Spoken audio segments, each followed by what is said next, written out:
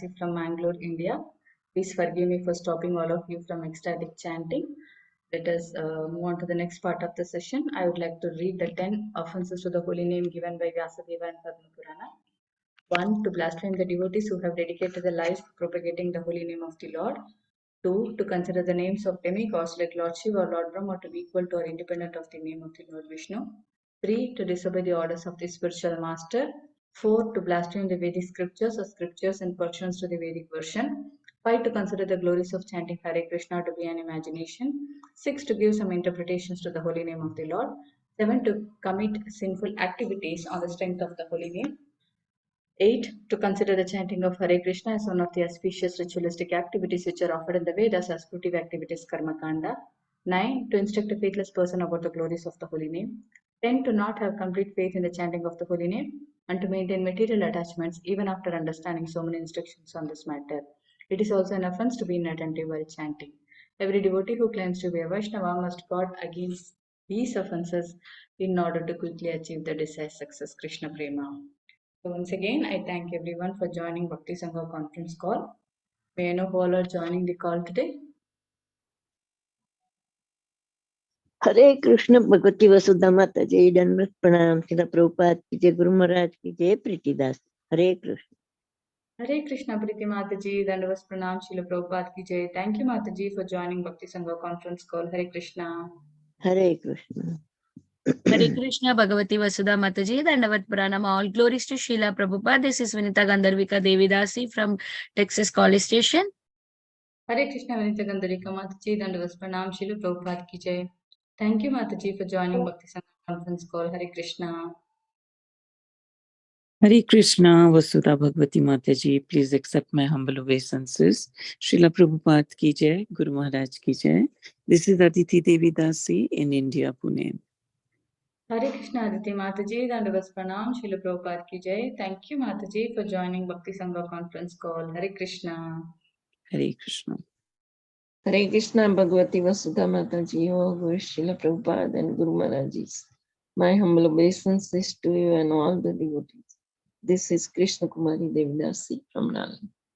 Hare Krishna Krishna Kumari Mataji, Dandavas Pranam Srila Prabhupada ki Jai. Thank you Mataji for joining Bhakti Sangha conference call. Hare Krishna. Hare Krishna Bhagavati Vasudha Mataji, please accept my humble obeisances. Yasha Prabhupada, this is Preeti Vilasni Devidasi from Canada. Hare Krishna Priti Vilasni Mataji, Dandavas Pranam Srila Prabhupada ki Jai. Thank you Mataji for joining Bhakti Sangha conference call. Hare Krishna.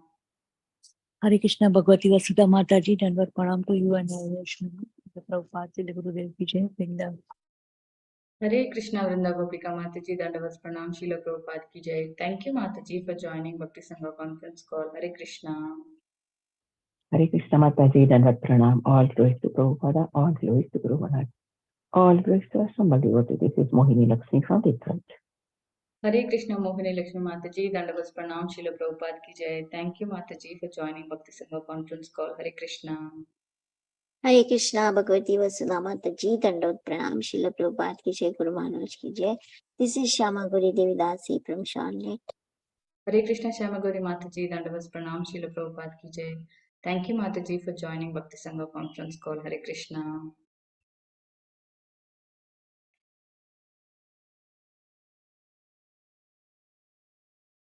Okay, I welcome all of you once again. Thank you everyone for joining today's Bhakti Sangha conference call. Today we are really fortunate to have His Grace. We are fortunate to have His Grace Caitanya Lila Prabhuji to enlighten us on the topic of Srimad Bhagavatam 7.1.26 onwards. Before I hand over the call to Prabhuji, I would like to hand over the call to Preeti Vilasni Mataji for the brief introduction. Hare Krishna. Over to you, Mataji. Thank you so much. It's my honor and fortune to introduce our today's speaker to you, His Grace Caitanya Lila Prabhu. His Grace Caitanya Lila Prabhuji is a disciple of His Holiness Radhanath Swami Maharaj. After completing his engineering studies from University of Delhi and IIT Kharagpur, Caitanya Lila Prabhuji gathered a few years of corporate work experience with an IT MNC at Mumbai. Thereafter, he dedicated to serve the society at large as a resident monk at Sri Sri Radha Gopinath Mandir, ISKCON Chowpatty, Mumbai. For the last 12 years, he has been actively involved in sharing the essence of our Vedic scriptures with others at a number of corporate, social, and educational enterprises.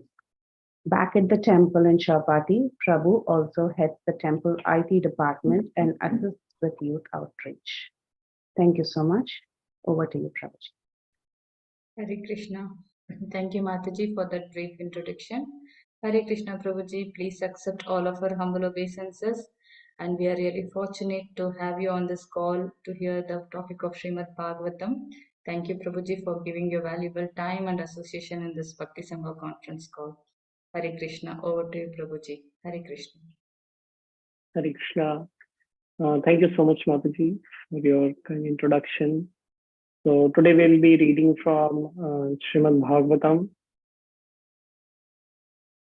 Canto 7, Chapter 1, Text 26. So I'll just recite the verse and then we'll go ahead. Tasmad vairānubandhena naivarena bhayena va snehat kamena va yunjya kathanchin nekshate prithak. So synonyms, translations in purport, translation and purport by His Divine Grace, Srila A.C. Bhaktivedanta Swami Srila Prabhupada. Tasmat, therefore, vaira anubandhena, by constant enmity, nirvairena, by devotion, bhayena, by fear, va, or snehat, from affection, kamena, by lusty desires, va, or yunjyat, one should concentrate, kathanchit, somehow or other, na, not, ikshate, sees, prithak, something else. Translation. Therefore, by enmity or by devotional service, by fear, by affection, or by lusty desire, by all of these, or any one of them, if a conditioned soul somehow or the other concentrates his mind upon the Lord, the result is the same. For the Lord, because of his blissful position, is never affected by enmity or friendship. Purport. From this verse, one should not conclude that because Krishna is unaffected by favorable prayers or unfavorable blasphemy, one should therefore blaspheme the Supreme Lord. This is not the regulative principle. Bhakti Yoga means anukulyena Krishna anushelanam. One should serve Krishna very favorably. This is the real injunction. Here it is said that although an enemy thinks of Krishna unfavorably, the Lord is unaffected by such anti-devotional service. Thus, he offers his benedictions even to Shishupal and similarly inimical conditioned souls. This does not mean, however, that one should be inimical toward the Lord. The stress is given to the favorable execution of devotional service, not purposeful blasphemy of the Lord. It is said, Nindam Bhagavatah Shrinvams Tat Parasya Janasya Va Tato Na Paiti Yah Sopi Yati Adha Sukritat Chyutah. One who hears blasphemy of the Supreme Personality of Godhead or his devotees should immediately take action or should leave.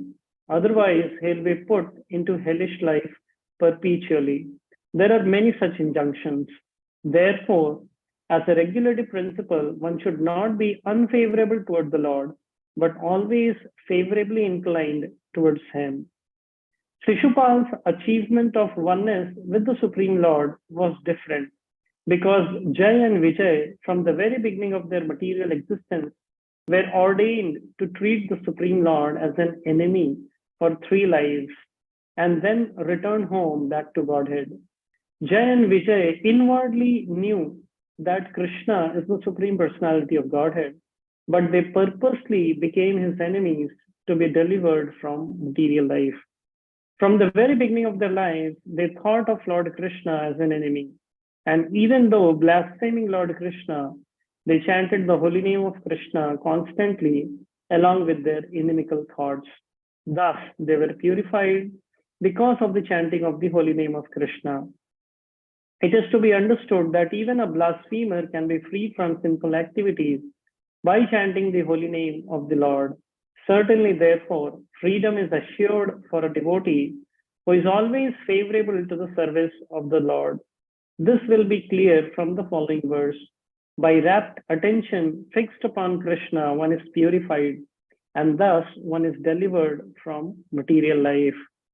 Srila Vishwanath Chakravarti Thakur has very nicely explained the word bhayena, which means by fear. When the gopis went to Krishna in the dead of night, they certainly feared chastisement by their relatives, their husbands, brothers, and fathers. But nonetheless, not caring for their relatives, they went to Krishna. There was certainly fear, but this fear could not check their devotional service to Krishna. One should not mistakenly think that Lord Krishna must be worshipped by an inimical attitude like that of Shishupal. The injunction is anukulasya grahanam, pratikulasya varjanam. One should give up unfavorable activities and accept favorable conditions in devotional service. Generally, if one blasphemes the Supreme Personality of Godhead, he is punished. As the Lord says in the Bhagavad Gita, 16 chapter 19th verse, Tanaham dushatah kruran samsareshu naradhaman shipami ajasram ashubhan ashureshya eva yonishu. There are many such injunctions. One should not try to worship Krishna unfavorably. Otherwise, he must be punished, at least for one life, to be purified. As one should not try to be killed by embracing an enemy, a tiger, or a snake, one should not blaspheme the Supreme Personality of Godhead and become his enemy in order to be put into hellish life. The purpose of this verse is to emphasize that even the enemy of the Lord can be delivered, not to speak of his friend. Srila Madhvacharya also says in many ways that one should not blaspheme Lord Vishnu through one's mind, words, or actions, for a blasphemer will go to hellish life along with his forefathers. Karmana manasa vacha yod vishad vishnum abhyayam majjanti pitaras tasya narake shashvati samaha.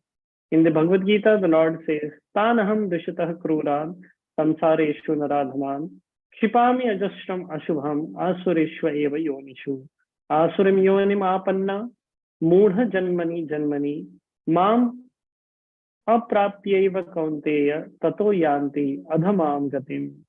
Those who are envious and mischievous, who are the lowest among men, are cast by me into the ocean of material existence, into various demoniac species of life. Attaining repeated birth amongst the species of demoniac life, such persons can never approach me. Gradually, they sink down to the most abominable type of existence. One who blasphemes the Lord is put into a family of asuras, in which there is every chance of forgetting the service of the Lord. Lord Krishna further states in the Bhagavad Gita, Avajananti maam mudha manushim tanvashritam param bhavam ajananto mama bhuta maheshwaram.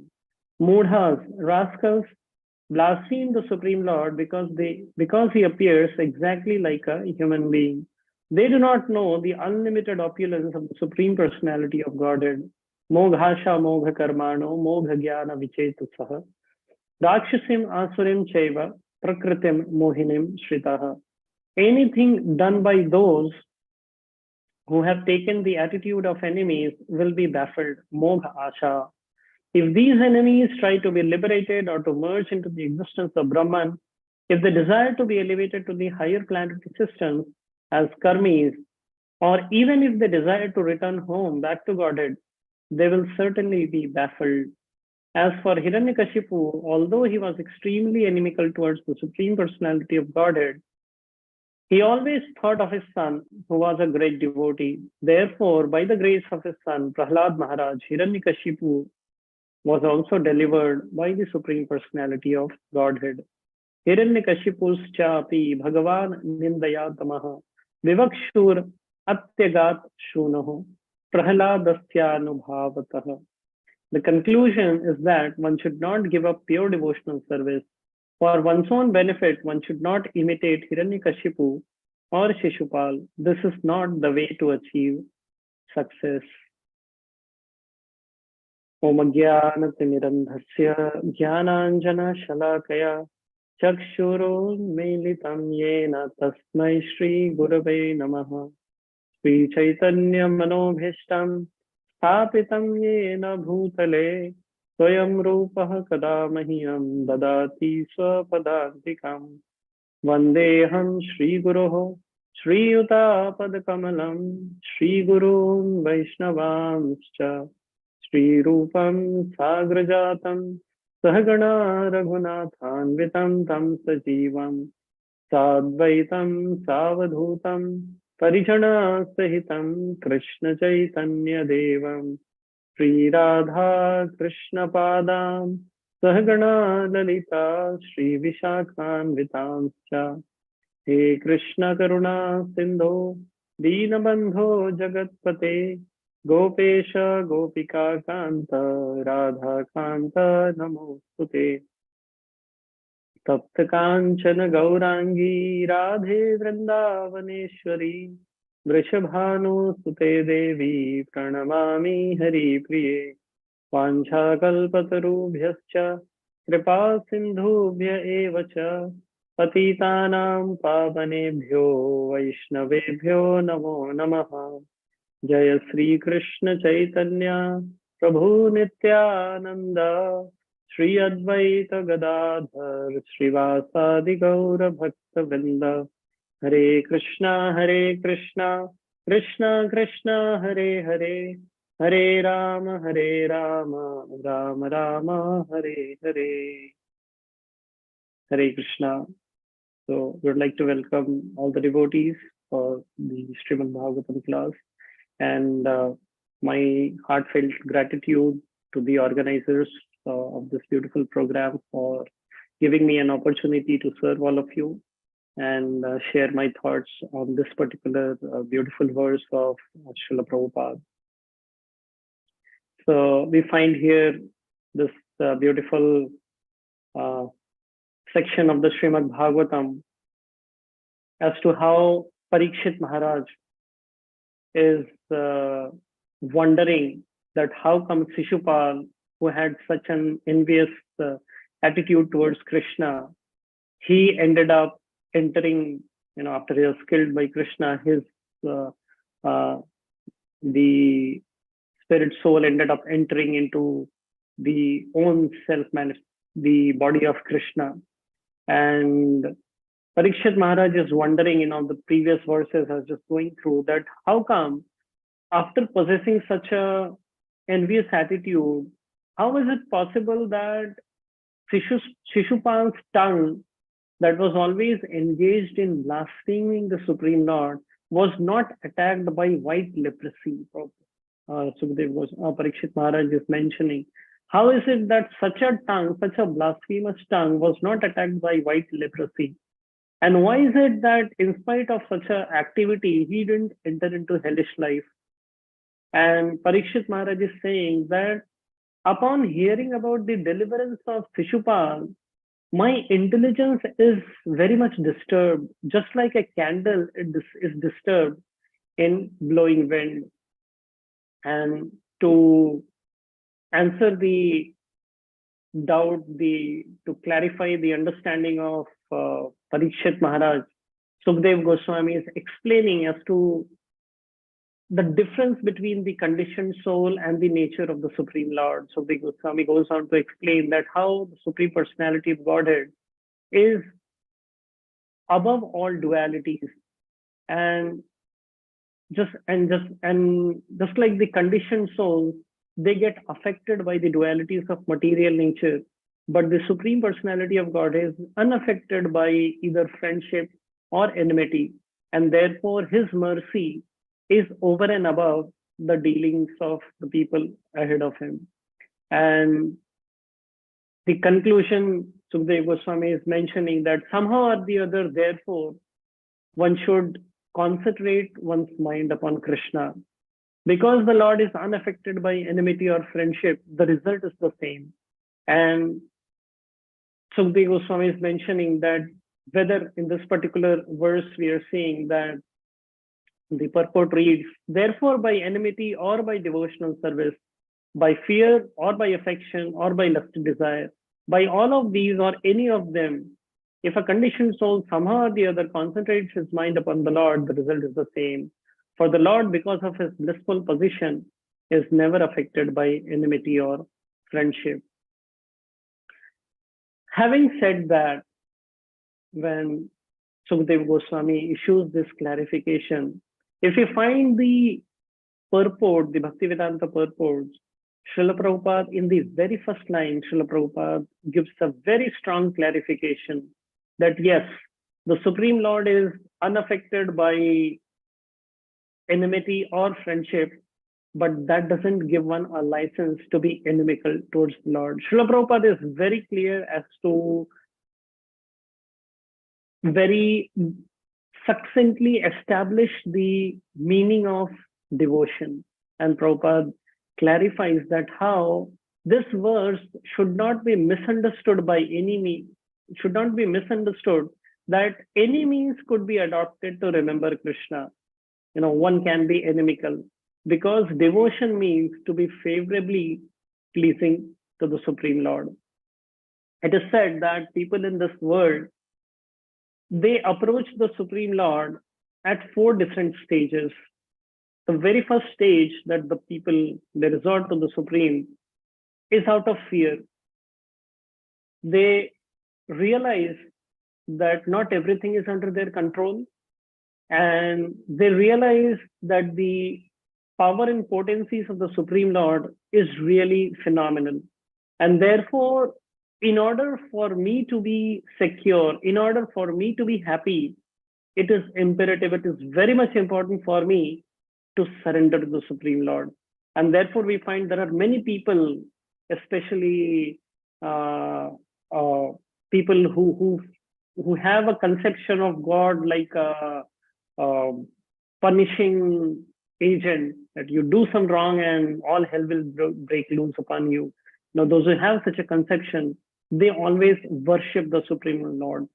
And people, especially those who are in ignorance of the transcendental knowledge, they also think, because they find that the nature of the Supreme Lord, this material nature, could be really cruel and being tormented by all kinds of adhidaivika miseries due to the material nature.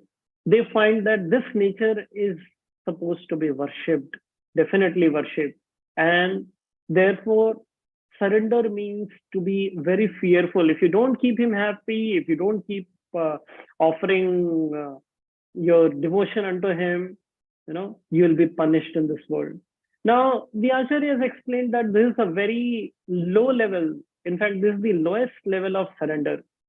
But above the platform of fear is the platform of duty. Is the platform of desire. Yes, not everyone might be necessarily fearful of the Supreme Lord, but then many times people feel that I need so many things in this world, I need so many facilities in this world to be happy and to enjoy this world to the fullest. And I don't have so much of capability, I don't have so much of acumen to achieve all of these facilities. And therefore, if I just end up pleasing the Supreme Lord, maybe he will bless me with all of those facilities so that I'll be happy and I'll enjoy this world to the fullest. This is the example of people who approach the Supreme Lord out of desire. I recollect a small anecdote I had heard somewhere that one time there was this, in this big corporate company, there is a manager who, along with 2 of his employees, they're just having a stroll. And right at the corner of the lane, they find there is a piece of this, what do you call this, chirag, you know, something that Aladdin ka chirag used to be there. And, you know, one of the employee picks it up and he rubs that chirag. I don't know what you call it in English, but So this immediately this genie, he appears and he says, please, what's the order for me? Hukum mere aka. And this employee, he says, and the genie says, you just ordered me and I'm here to fulfill all of your desires. And this employee, the very first person, he says, oh, I've heard a lot about the Swiss Alps. I want to go to Switzerland right now. And the genie says, as your desire. And shoo, the fellow is gone. And seeing this, the second person, he also picks up the chirag and he rubs it. And again, the genie comes up and he asks, yes, my lord, what can I do for you? And this second fellow, he says that, I've heard a lot about the beautiful beaches of Hawaii. And I've always wanted to be there. Can you just take me there right now? And the genie says, yeah, as you desire. And shoo, this person is also gone. Now the manager, he picks up that, chirag. He also rubs it, and immediately genie comes and he asks, yes, my lord, what shall I do for you? The manager says, get both of these guys right here, right now, one from Switzerland, the other from Hawaii, who's going to do all the work that's pending up there in the office. And immediately the genie comes back with both of these people. Anyway, jokes apart, this is also very much prevalent in the world. We see people approach the Supreme Lord out of desire. They want, in Hindi they say, dhanam dehi, janam dehi, putram dehi. People have all of these, mannats, as they say, that, I have this desire, and they come up with all of these, lists that you say. I remember close to our temple here in Mumbai, just on the next lane is a college. And the students of this college, they would never come up to the temple. They'll never come to the temple. They'll just walk by, just pass through the temple, but they would never enter inside the temple. But then, every year, one fine day, all of these students with their, identity cards, they would get into the temple morning 7:45, and they'll humbly come before Sri Radha Gopinath ji and fold their palms. And very intently they would pray, and doesn't take much to understand, what's the occasion for the prayer. Of course, it's the day of the examination. And these students, they would very humbly and sincerely, they would say, they would pray from the core of their hearts that, all through my semester, maybe I haven't put in a lot of hard work, and doesn't look like even today I'll be able to do justice in my examination. But we know that you have some really special capabilities. If you just can shower your merciful glance upon us today, we'll be very happy and we'll be very grateful to you. And here is some token of love out of us. And they would, put some money in the hundi out there. And the rest payment after the results arrive, of course, they would bring up their sweets and all that. But then, people in this world, they have the conception of approaching Krishna for fulfilling their desires. But the teachers of spirituality, they help us understand that even this is not the highest platform of approaching the Supreme Lord. Higher than the platform of fear, higher than the platform of desire, is the platform of duty, wherein a person knows his position and a person knows that it is my duty, because I'm connected to the Supreme Lord. It is my duty to offer everything unto the Supreme Lord. Even Krishna mentions in the Bhagavad Gita, Yad karoshi, yad ashnasi, yad juhosi dadasiyat, yad tapasyasi kaunteya, tat kurushva mad arpanam. So we find a huge variety of people, a large number of people falling in this particular category. In fact, this particular category is the ones who see the largest number of, pious people who approach the Supreme Lord just as a matter of duty. They don't desire anything. No, whatever Krishna wants out of me, they are just here to worship Krishna out of duty.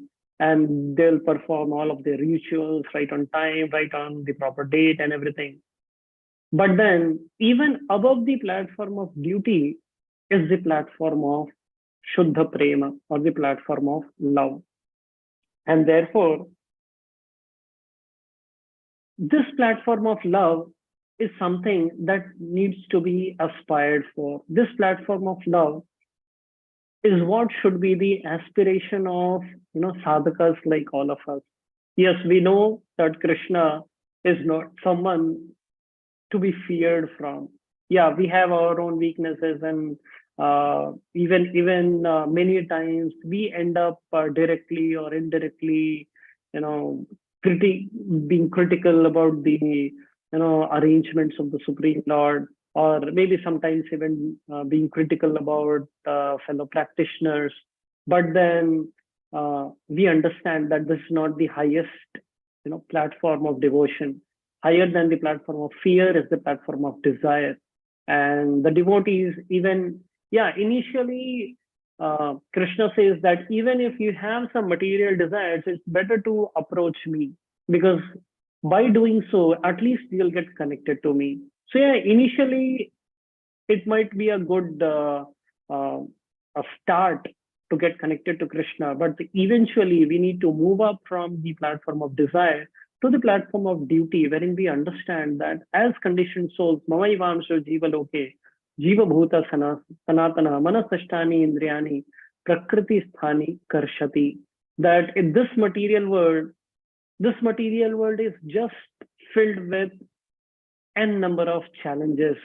Karshati comes from the krish dhatu, which means struggle, or even the word friction comes from the same, has the same connotation, the same meaning. And when we end up understanding that there is simply a huge struggle, and my eternal welfare is in favorably serving the Supreme Lord. So when we reach up to that platform of duty, that is what helps us grow further and finally reach the platform of Shuddha Prem, or the platform of pure devotional service. And therefore here we find in this particular verse, Sukdev Goswami is mentioning, by somehow or the other, yena kena prakarena manah Krishna niveshya, somehow or the other one should invest one's mind in thinking about Krishna.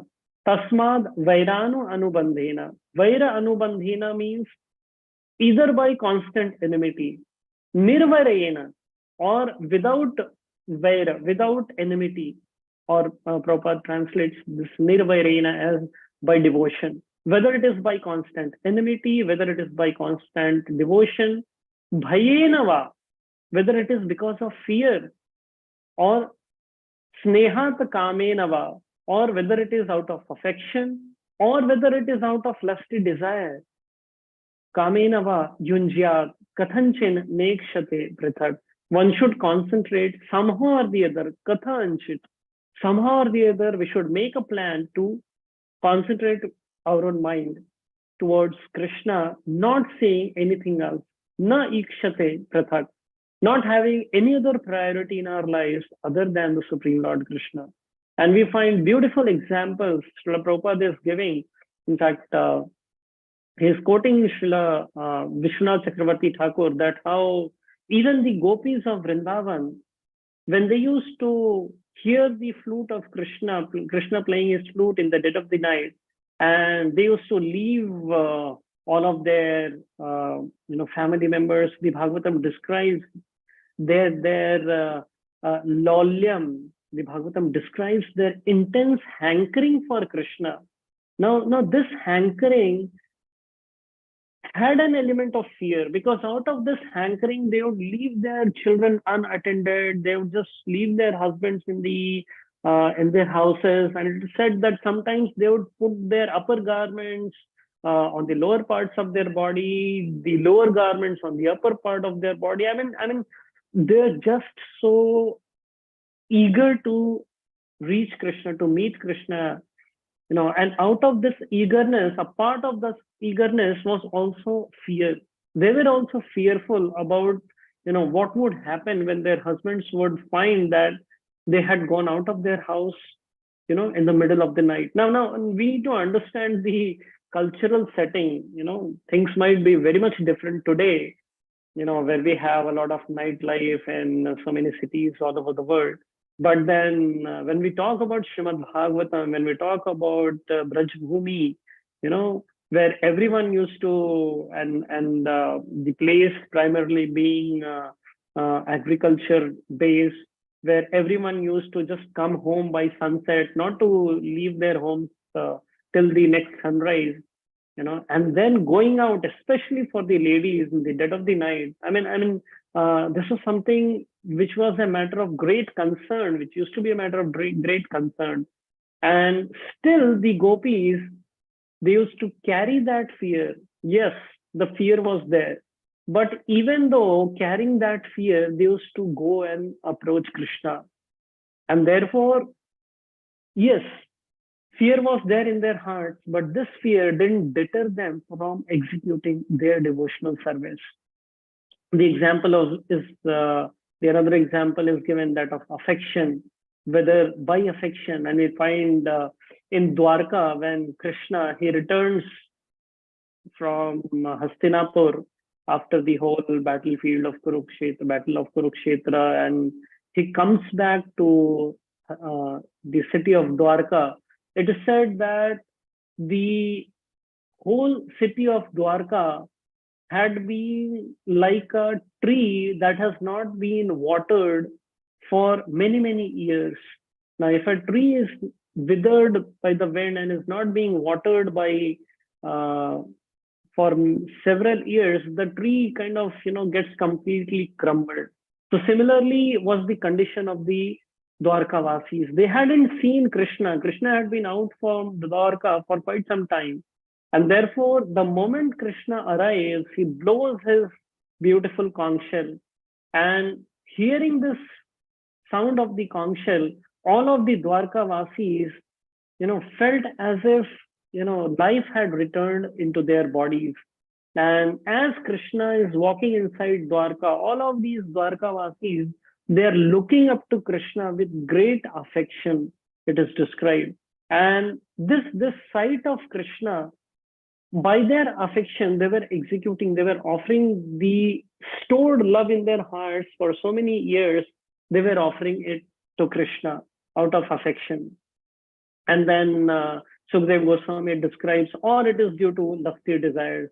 We find the 10th canto of Srimad Bhagavatam giving the example of Kubja, how Kubja had such desires within her heart. And even Krishna, he recognized that desire and fulfilled the desire of Kubja. So yes, whether it is out of fear or by affection or by, or without pure or out of pure devotion, it is said, Om apavitraha pavitro va sarvavastham gatopi va yah smaret pundarikaksham sabahya abhyantara suchihi.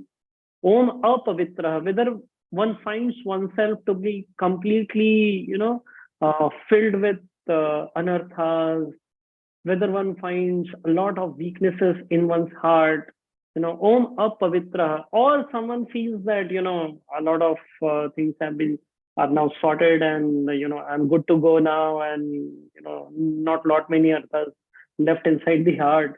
Whether one feels oneself completely purified. Om apavitraha pavitro va, whether one feels completely unpurified or purified. Sarvavastham gatopi va, or in between any of these two extremes, and I guess each of us will admit to this fact that yes, neither are we completely purified nor are we completely unpurified, because we have been taking shelter of the holy names of the Lord, and definitely the holy names of the Lord has effect. Srila Prabhupada mentions in this purport that, how come even Hiranyakashipu and Kamsa and Shishupal, they got purified because they were constantly chanting the name of Krishna, even though out of enmity.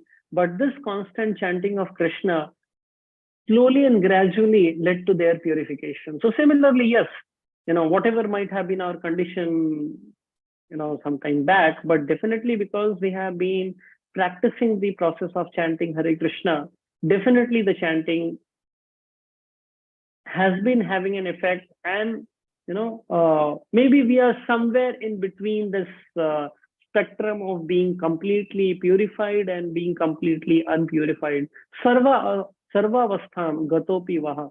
Wherever we might be, yah smaret pundarikaksham.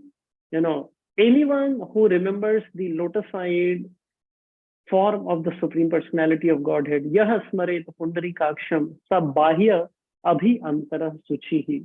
Bahya, one is purified by one is purified internally as well as externally. Now, what is external purification? External purification refers to the way we deal in this world, the way we speak in this world, the way we decide on things in this world, the way we interact with the outside world. That is external purification. And internal purification is our intention. The internal purification is the quality of our thoughts, the quality of the choices that we make deep within our hearts. That is internal purification. And therefore, this beautiful verse says, yah smaret pundarikaksham sab bahya abhyantara suchihi. One is purified from outside as well as inside. But Srila Prabhupada, like I mentioned in this verse, very clearly mentions that this verse doesn't give us a license to remember Krishna in any way we feel good. If we decide that, okay, I'll remember Krishna out of enmity, Prabhupada, very strongly he condemns such a thought. And he mentions that how there is this warning in the Bhagavad Gita 16.9th verse he mentions, and this beautiful verse, Tanaham Dushitan Kruran Samsareshu Naradhamam Shipami Ajasrama Subham Asurishva Eva Yonishu. Those who are envious and mischievous, who are the lowest among men, are cast by me into the ocean of material existence, into various demoniac species of life. Attaining repeated birth amongst the species of life, such persons can never approach me. And therefore, one should be very cautious about the way we approach the Supreme Lord. To what degree is it pleasing to the Supreme Lord? Because ultimately, the sum and substance of all of our endeavor is samsiddhir haritoshanam. By all of these endeavors, the end result should be the satisfaction of the Supreme Lord. And Prabhupada mentions the advice of Srimad Madhvacharya, karmana manasa vacha, by one's activities, by one's mind, and by one's words. Yod vishad vishnum abhyayam. One should never blaspheme the Supreme Lord. Majjanti pitarastasya narake sashvati samaha. If one does so, one is sure to reside in hell for eternity. Now this is like, the Acharyas clarifying. Yeah, there are sections in the Shastras where Krishna himself says, like, in this particular verse, we are finding Sukadeva Goswami mentioning that one should remember Krishna by any means. Now, we need to understand it in the right context, that remembering Krishna in different ways doesn't give us a license to even remember him animically. Instead, the inference is that Krishna is even merciful to the inimical. What to talk of someone who approaches Krishna very favorably? And therefore, this particular verse that we are going through shows the compassionate nature of the Supreme Lord. How the Supreme Lord is so very compassionate that he is willing to, give the benefit of doubt. We find in the beautiful example of Putana, how Putana, she just came dressed as a nurse. And even though the intention was very cruel, the intention was to kill Krishna, but still Krishna, somehow or other, he saw that beautiful spark, that okay, the intention might be bad, but the external appearance, at least she is posing herself to be a lady who wants to take care of me. And therefore Krishna, he is bhavgrahi. I'm sorry, Krishna, he sees the good in the heart of the practitioner. And I guess this is something which is very hope giving for each of us, that yes, being filled with all different kinds of impurities and anarthas and maybe offenses, all of these impurities within our hearts, definitely our intentions currently might not be completely spiritual and completely pleasing to the Supreme Lord. But Krishna, he recognizes the activity, even though, okay, within our hearts there might be a lot of impurities, but at least you're wanting to be a devotee by dressing yourself to be a devotee, by coming in association of the devotees, by coming in the satsanga of the devotees, and I guess Krishna is definitely going to see this and help us come out of our struggles. And Prabhupada also clarifies that why is it that Shishupal, he achieved such a destination. This is because we hear from the third canto of Srimad Bhagavatam how the four kumaras who were like great yogis, and they had refused Lord Brahma to get married and have progeny in this world, and instead they just wanted to serve the Supreme Lord, and with that desire they go up to Vaikunta. And out of the 7 gates of Vaikunta, they very easily crossed the 6 gates because they were very small children then. And it is said, these 4 kumaras, when they reach the 7th gate, they are Jay and Vijay, the gatekeepers of Vaikunta. And when they are checked by the gatekeepers Jay and Vijay, the 4 kumaras become very angry. And it is explained therein that this is not material anger, because material anger is the younger brother of, Kama is the younger brother of lust, it is said. Lust or the desire to fulfill one's material desire in this world. So when one's material ambitions are not fulfilled, that is when it turns into material anger. When one's sense gratification is impeded, whether it is in the gross sense of gross sense gratification or in the subtle sense of profit, adoration, and distinction, when one's material sense gratification is stopped, that is when it turns into anger. But the anger of the kumaras was spiritual, because the kumaras understood that their service to the Supreme Lord was being impeded.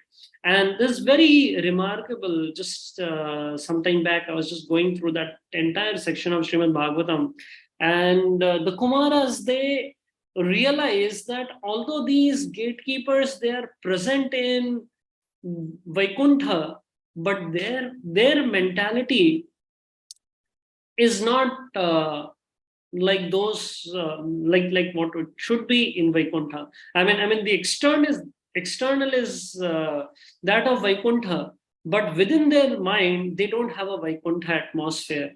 And Srila Prabhupada, he writes a series of beautiful purports as to what exactly refers to this Vaikunta consciousness. Vaikunta consciousness, or the Vaikunta atmosphere within one's mind. And I guess this is something that, is something which is very, important for us to, have deeply seated within our hearts. What is this Vaikunta atmosphere? Which means complete harmony of desire to serve and to also help others serve Krishna. And therefore, this material world, which is a place of disharmony, where there is constant fights and disagreements, and whether it's the germs within the body, they're constantly fighting with each other, or whether it's the fight between countries, nations, which we see happening in a large, unfortunate, so sad to hear all of these news, to see so much of disharmony in the world today. Even we find in the examples of the Shastras, where there is a constant disharmony between the demigods and the demons. Devasur Sangram keeps on happening, and even sometimes within practicing devotees also, there's a lot of if there is a lot of material ambitions and competition, Srila Prabhupada, he warned that there will be disharmony, and therefore Srila Prabhupada, he prayed to all the devotees to have this Vaikunta atmosphere in his temples, where all of the devotees should be working together for one purpose, to fulfill Krishna's desire and to fulfill Krishna's mission. That how the objective of our hearts should not be that only I should be serving Krishna, but the objective, that desire to serve Krishna, should also be coupled with the desire of helping others serve Krishna. And this is what exactly angered the four kumaras, where they felt that the gatekeepers, they feel that only they have the right to serve Krishna, and they don't understand that even we have this desire of having darshan of Krishna and wanting to serve him. And being so angered, the four kumaras, they end up cursing Jai and Vijay, the gatekeepers. And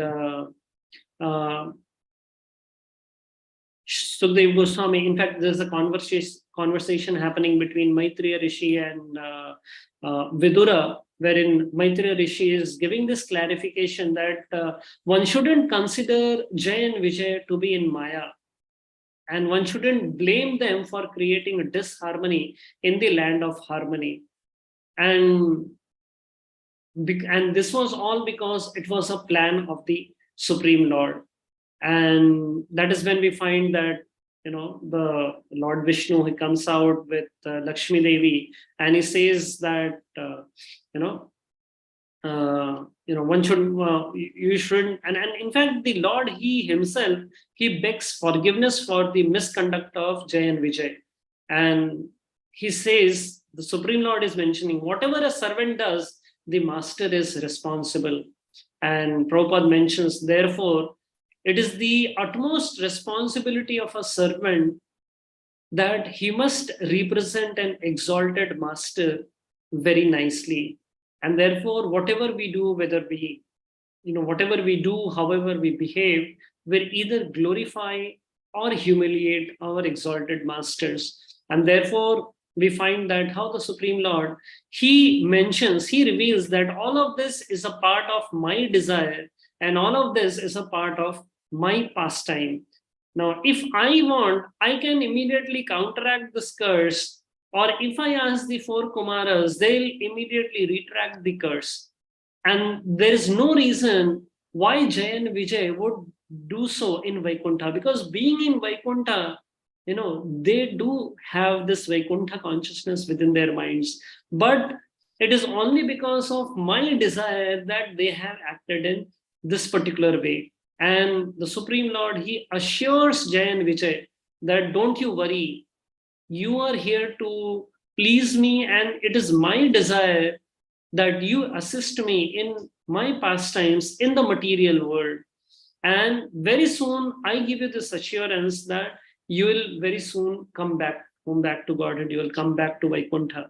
And before this, when Jai and Vijay, they were cursed by the Kumaras, they beg forgiveness from the Kumaras, and they say that, yes, we accept that we have committed this great mistake of not allowing you to go and serve Lord Narayan, but Please bless us. We are ready to fulfill any of your desire. We are ready to go wherever you want us to go. But please bless us that let us not forget the Supreme Lord for even a moment. And herein, Lord Narayan, he is blessing Jay and Vijay. No, actually, the Lord, he asks the four kumaras that please bless them, that may they never forget me and may they immediately come back to Vaikuntha. And this shows that how the Supreme Lord is very sad when a living entity has to leave him, and the Supreme Lord is very anxious for the return of the living entity. And this whole entire background, this whole entire episode is the reason how Jay and Vijay, they fall from Vaikuntha, astonishing all the great souls who were, witnessing this entire pastime. And they take their birth here in the different yugas. In the Sat Yuga, they appear as Hiranyaksh and Hiranyakashipu. And in the Treta Yuga, they appear as Ravana and Kumbhakarna. In the Dwapar Yuga, they appear as Sishupal and Dantavakra. And even in Kali Yuga, they appear as Jagai and Madai. Srila Prabhupada in Chaitanya Charitamrit, Adi Lila, this 10th chapter, 120th verse purport, Srila Prabhupada quotes from Gaur Ganodesh Deepika, the scripture known as Gaur Ganodesh Deepika. Prabhupada mentions that how even Jay and Vijay were the incarnate, even Jagai and Madhai were incarnations of the Supreme Personality of Godhead. And how and why is this so? Because the Lord misses something in the spiritual world, and that is the intense that is the pleasure of fighting with someone. In the spiritual kingdom, no one fights with the Supreme Lord, and therefore this is known as virya, or the rasa of chivalry. Now every living entity, right from the human being to the ant, desires to relish some sort of taste, desired from sense perception, and which is technically known as rasa. That relish out of sense perception is what is technically known as rasa. And these rasas are of different varieties. In the Vedic scriptures, even it is mentioned that even Krishna, he wants to relish interacting with his devotees in these different, in specifically 12 different types of ways, or 12 different types of rasas. Then these are categorized into 5 primary rasas and 7 secondary rasas. The primary rasas, namely the shant rasa, or the rasa of, or the mellow of neutrality, the dasya rasa, or the mellow of servitorship, the sakhya rasa, the mellow of fraternity, the vatsalya rasa, parenthood, madhurya ras, that of conjugal love. So these are the primary rasas, and the 7 secondary rasas are mentioned: the feeling of raudra or anger, the feeling of adbhuta or wonder, the feeling of hasya or comedy, the feeling of virya or chivalry, what we find the Lord wanting to relish this rasa of chivalry. And for this reason, he is sending Jay and Vijay to the material world. The rasa of daya or mercy, the rasa of bhayanakta or horror, and finally vibhatsa rasa, or the rasa of being shocked. So we find that just because the Supreme Lord, he wants to relish this desire of fighting with someone, he has Jay and Vijay come in the form of all of these demons that we find being mentioned in the Srimad Bhagavatam. Specifically, this particular context, we find Shishupal, and how Shishupal, was kind of repeatedly angering Krishna, and Krishna finally ends up killing Shishupal. And that is how it is explained that, even though Shishupal had been blaspheming Krishna, but nonetheless he was still chanting the names of Krishna, and he was still remembering Krishna. And Krishna proves that even though no matter what could be the condition of our hearts, if somehow or the other you end up remembering, the end is going to be good. Now, having said that, we may feel that, okay, the Supreme Lord was present before Hiranyakashipu, and the Supreme Lord was present before Sishupal and Dantavakra, and therefore they had this, they could express it out, and they were kind of very gross in their dealings with the Supreme Lord. But then, for us, I mean, we don't end up blaspheming the Supreme Lord in our day-to-day lives. I mean, no one kind of goes and starts blaspheming the deities, or so what does this blasphemy translate in our particular context? Specifically, this blasphemy we learn from the Shastras, that how it is mentioned, Nama Chintamani Krishna Caitanya Rasa Vigraha Nitya Shuddho Nitya Mukto Abhinatva Nama Naminos.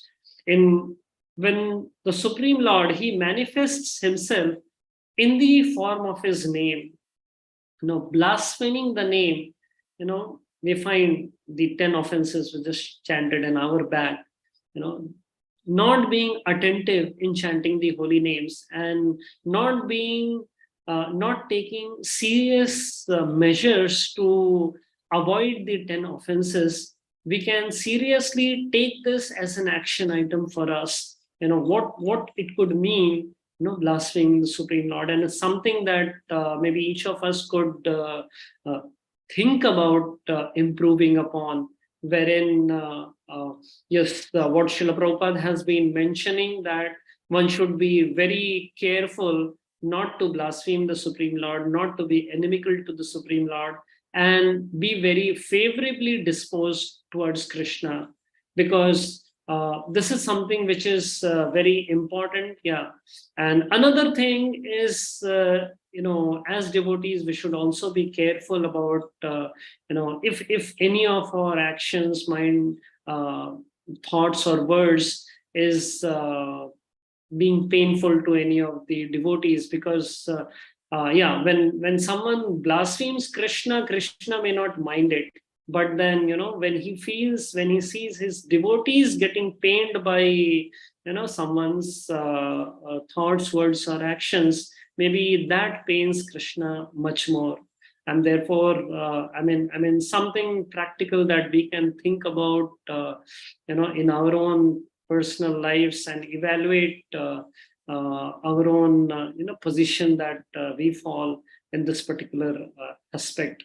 And therefore, learning from Srila Prabhupada that yes, there is some task for even each of us to be, still there is some way to go. And if we actually are able to very sincerely and very earnestly chant the holy names of the Supreme Lord, avoiding the offenses, and avoiding offenses to the devotees as well, I think definitely Krishna will consider our case, and Krishna will definitely help us in all possible ways and means to help us progress on the path of Krishna consciousness. With those words, I would like to end up here. If there are any few questions, maybe we can take a couple of questions. Yeah, I can see there is a couple of questions. We can, yes, Prahladanand Prabhu, you can unmute yourself. And, I just kind of repeated whatever I just found. So, yes, Prabhuji. Dhanvat Pranam Prabhuji, and Dhanvat Pranam to everyone here. Maharaj, I'm really, I feel really, what should I say? When you said that inattentive chanting is blaspheming, I find that blaspheming word a little bit harsh on my heart. Because once in a while, or more often, the mind is so difficult. I've been chanting for 40 years, got initiated in 1984. And still I struggle with attentive offenseless chanting. So I would not consider that as a blasphemy to Lord Krishna. I have never intended that. I never feel like that. But this actually, is an I was incentive. speaking for myself, Prabhuji. we need your blessings to be able to chant nicely, and to take care of the offenses, because No, Prabhuji. we have a long way to go, actually. I am a fallen, person. But the thing is that, I have never felt in my life that I could blaspheme Lord Krishna. In fact, one Swaminarayan Bhakta blasphemed Lord Krishna, and in front of the whole assembly, I blasphemed him, told him that, this is an absolute lie you are talking about, and you are destined to go to hell. That's what I told him in front of the whole assembly, because I cannot tolerate any blasphemy against Sri Prabhupada or Lord Sri Krishna, Lord Rama, anyone. So, in attentive chanting, I do sometimes, and more often it happens. But I would not consider myself as blasphemous to Lord Sri Krishna. Let us make it, that blasphemy is if I do intentionally in attentive chanting, which I never do, intentionally never. So this was my feeling. I just wanted to express. Thank you so much. Please forgive me. Thank you. Maybe Shivakumar Prabhu, you're there. Maybe you can mute yourself. Yes, Prabhuji. Hare Krishna, Prabhu. Dandavad Pranams, Prabhu. Thank you so much. Thank you so much for the class today, Prabhu. Prabhu, one question, Prabhu. You talked about doing the devotion in 4 levels, moving from fear, desire, duty, and then love, Prabhu. So in that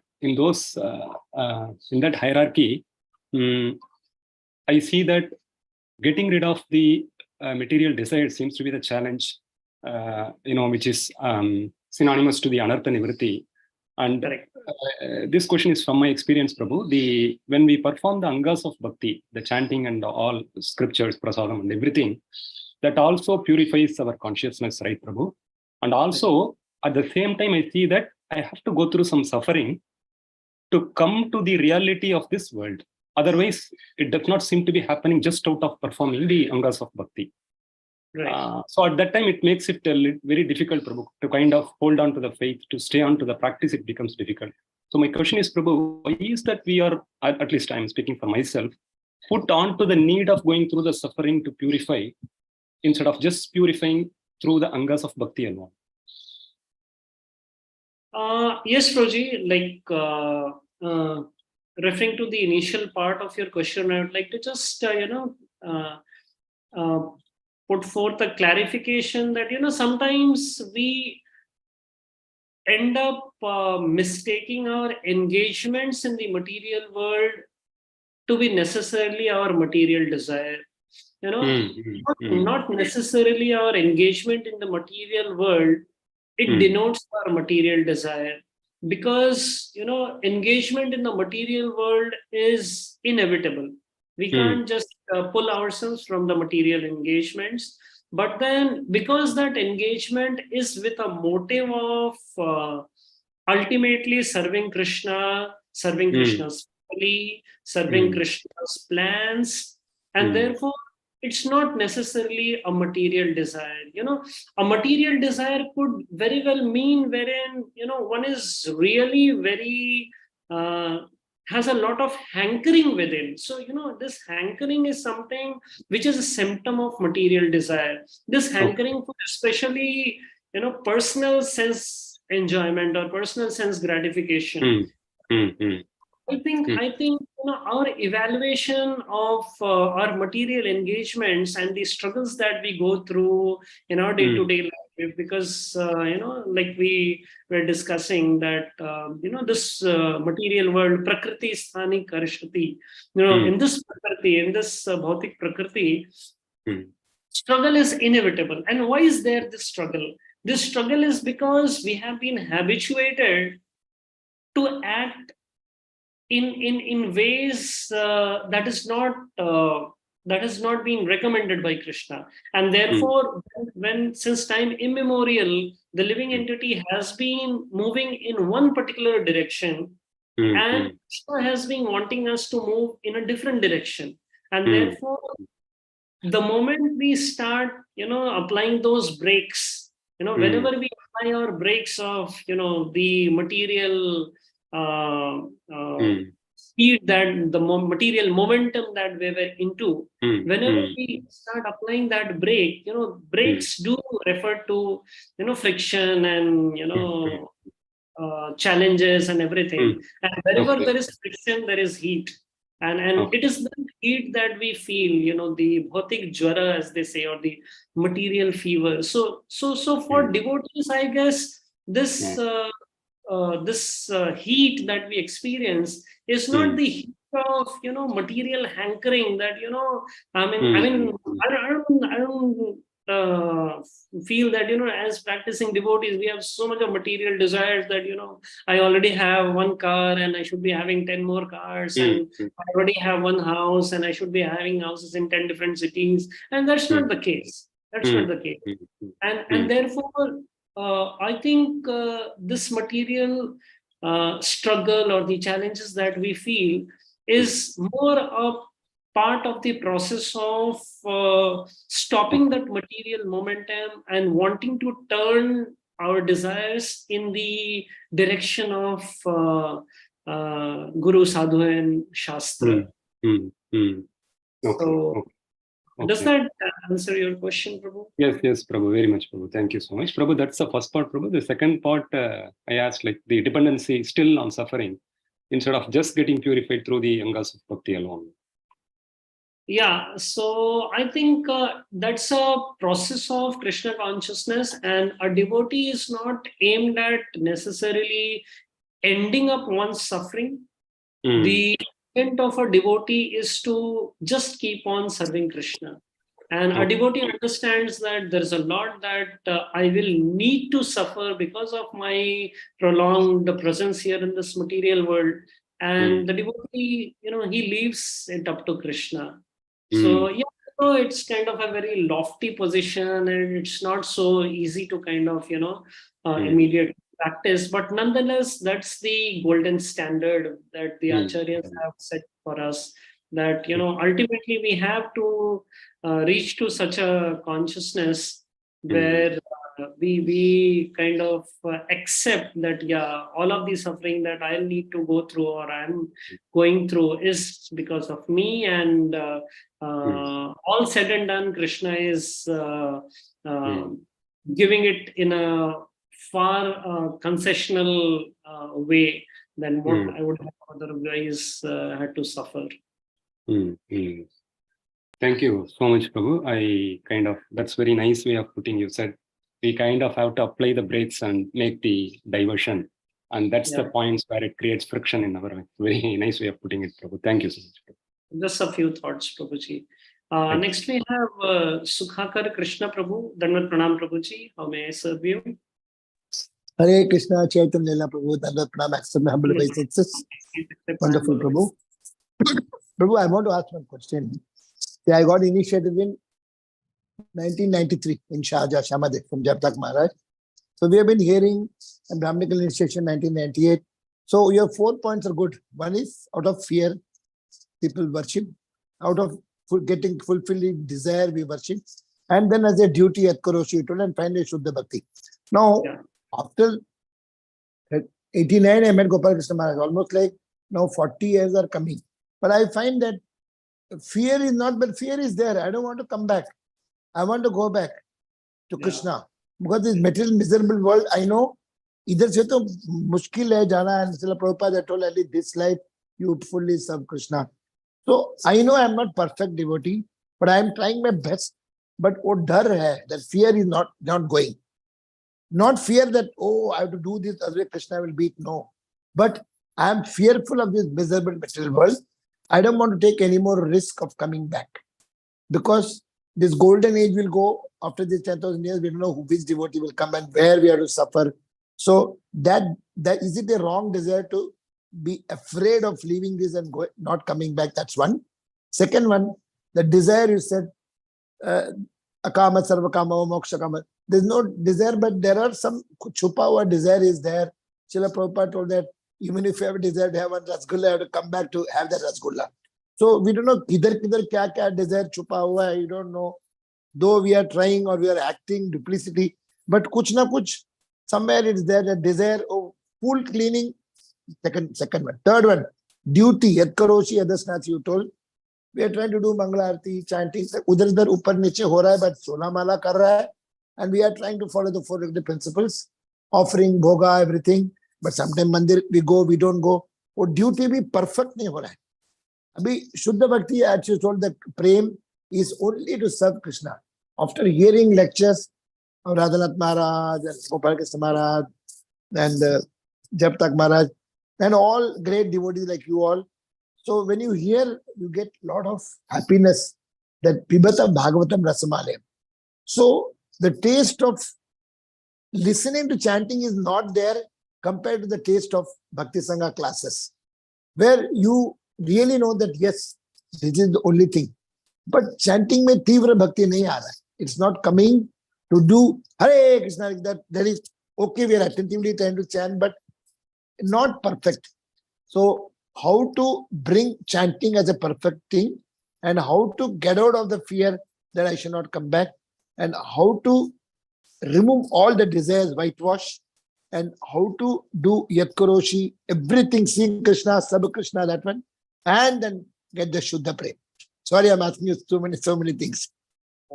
After hearing from you, Prabhuji, I mean, if you ask me personally, from the core of my heart, I would say, I mean, I should be hankering to develop this kind of a fear. I should be hankering to develop this kind of a desire, and this kind of a consciousness, because sometimes very artificially we feel that we have got rid of all of these material fear and material desire and everything. But like you mentioned, I mean, this fear is something that every devotee needs to aspire for, especially myself. And to complement, your thoughts, even Srila Prabhupada in this particular purport, he gives the example of the gopis, that how, the gopis, yes, even they had this fear in their hearts, and with that fear, they were serving Krishna. So, with my limited understanding, I would only say that, this is what Prabhupada is mentioning in the very first section of the purport, Anukulasya Sankalpa. This fear is Anukul for our advancement in Krishna consciousness. This desire of not being back in this material world, not coming once again, not getting a material body once again. I mean, this is an Anukul desire. And therefore, the levels that we were discussing were like completely on the material platform. We were discussing about material fear, wherein one doesn't want to be tormented with adhi-daivika miseries and all of that. But then, all of these things have a spiritual counterpart as well, which we find beautifully. I mean, although you didn't mention it, but then it doesn't take much to understand that how, there has to be such a kind of a healthy fear. There has to be such a kind of a, intense desire, this lolyam, and recognition of that, I'm not perfect in one's duty. Only Krishna is all perfect. I mean, this is what Krishna actually recognizes. And I mean, hearing from you, I kind of just hope and pray that someday even I be able to develop such a kind of, fear. No, from. I didn't boost myself. My intention was not to show off or anything. You didn't say anything, but then I'm just kind of thinking, and but from the Narottam Das Thakur song and that Asli Sabapad, Yatha Tata Vidhatu Lampato, I am not in that mood of telling them, Kidhar bhi mein, let me put my Kida, but I should be at your lotus feet. I'm not having that guts to say, Prabhu, because I feel, I say, I will not be able to come up. I don't know, is it a wrong thing that I should desire to go back to Krishna? I think Krishna gives that assurance in the Bhagavad Gita that Yogakshemam Vahamyaham, that I carry what you have and I provide what you lack. I mean, I think we could latch up onto this promise of Krishna, where Krishna says that, okay, whatever you have been doing, don't you worry, I'll be there to accept it, and whatever gap remains, I'll be there to fulfill it. So I think Krishna, he very emphatically he mentions that yoga kshemam. I'll bridge up that gap, whatever gap we might be filling. And we find all of these acharyas, whether it is the songs of Srila Bhaktivinoda Thakur or the prarthana prayers and all of those prayers where even the acharyas, they kind of very humbly put forward that Amito Kamera Das or I'm just good for nothing and all of those things. I mean, yeah, that's though they are not. Though they are not. Though they are not, just, exactly. Yeah, exactly. And therefore, I think that is where Krishna also has a role to play in our lives. I mean, if we were to say, I've completely, done everything, and now I'm ready to crash the gates to Vaikunta. I mean, that might not please Krishna as much as taking a humble position and saying, there's a lot that I could have done, and still. So, I mean, that leaves a kind of, a space for Krishna to also shower his mercy upon us, and it is that mercy which we feel is a hope for us. So I think that's what my mind can think of, Prabhuji. Because yesterday, thank you so much for your beautiful thoughts. I mean, something to really ponder for all of us and aspire actually. Because some devotees, they preach, no, you should not ask, let Krishna do whatever he wants. If he has to take for 100 more lives, but you just ask that I should be always serving you. वो मुझे बोलने को डर लग रहा है, I don't, because I know I'm not pure. I know that मुझे ऐसे भी बचाओ भगवान, please. मैं उधर आके कुछ भी करूँगा, but let me not be here. That is it a wrong desire to say that I want to come back? I want to come back, please. I will do whatever you want, but idhar nahi aana chahiye. I don't want to come back to this material world. I don't want to go to another mother's womb. After reading this third canto, it is totally so much suffering. The first month, second month, pet pe jaake, maa ke andar jaake, all bad things inside. So that really brings vomiting sensation. So, this fear, which is not the fear that Bhagwan ganda hai. It is just, I am not in a position to take this. So is it that I'm dictating? I'm not dictating. I'm just telling, mujhe please bachao Bhagwan, please. Just take me back. I guess that's an honest expression of our heart, which is acceptable. Which is not for a pure devotee. Pure devotee will say, aap kuch bhi karo, I don't care. I can come for 1,000 years. I will take the sins of all that somebody told to Vasudev Datta, no, to Chaitanya Mahaprabhu. I'll take the sins of everyone. Let everybody go. Let me suffer for millions of life, but at least all of them will go back. Oh, may nahi ho. I'm not that magnanimous to think of that. Thank you so much. Thank you so much, Prabhuji. Thank you so much. I think we'll end up now. Thank you once again, Mataji. To Prabhuji. Yeah. And everyone. पतितानां पावनेभ्यो वैष्णवेभ्यो नमो नमः। अनंत कोटि वैष्णव वृंद की जय। भागवतम की जय। श्रील प्रभुपाद की जय। चैतन्य लीला प्रभु जी की जय। For your time and association.